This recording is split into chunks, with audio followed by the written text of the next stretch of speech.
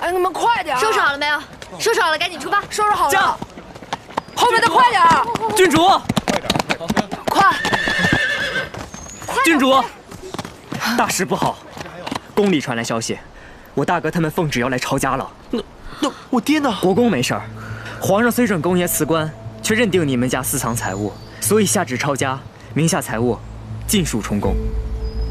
小姐，要不我们先把马车上这些先运出去？对，能运多少算多少。不用了，蒋罗既然已经下旨抄家，所有的出京城之路一定会严加盘查，这些财物根本运不出去。谢公子啊，我知道你为人厚道，讲信用。我这里有一些银票，先放你那里，等我回京后再找你取。不行，别，要还的。这是多少啊？让开！二弟，你在这做什么？爹，拿来。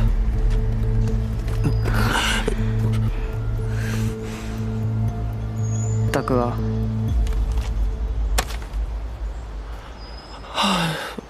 大哥，搬家曾经救过你一命，你不能恩将仇报。此乃奉旨行事，无关恩仇。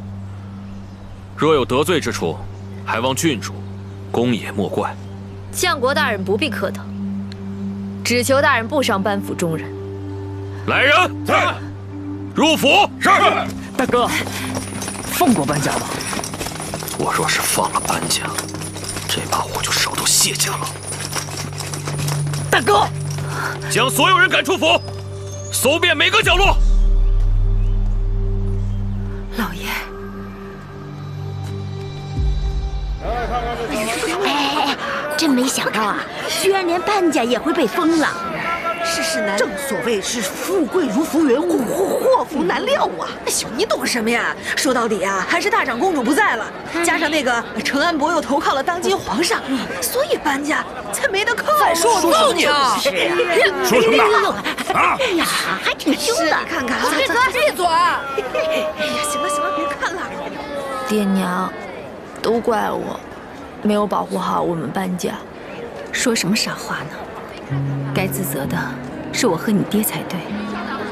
身为父母，理应保护儿女才是。哎呀，你们就别怪来怪去的了。现在连咱家京郊的宅院都给封了，还只给了爹20两银子呢。还不是因为你藏得好好的银票，非要交给那个谢启林。行了，这次是我瞎，我不怪他，怪就怪那个谢重启。咱们先找个客栈落脚，再琢磨琢磨，跟谁借点怎么样？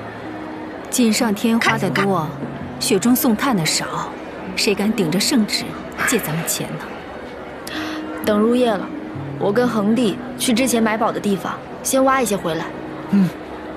幸好我和姐之前埋的多，要不然真不知道以后日子该怎么过。行了，天黑了，赶紧找客栈吧。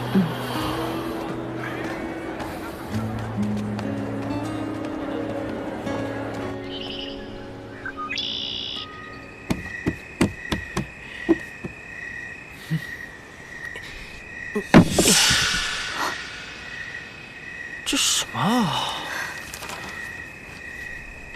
江湖救急，日后必定加倍奉还。哈，真是屋漏偏逢连夜雨，没钱遇到臭小偷，到底谁干的？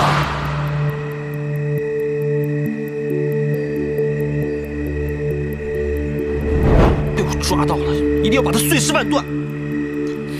果然是他。啊！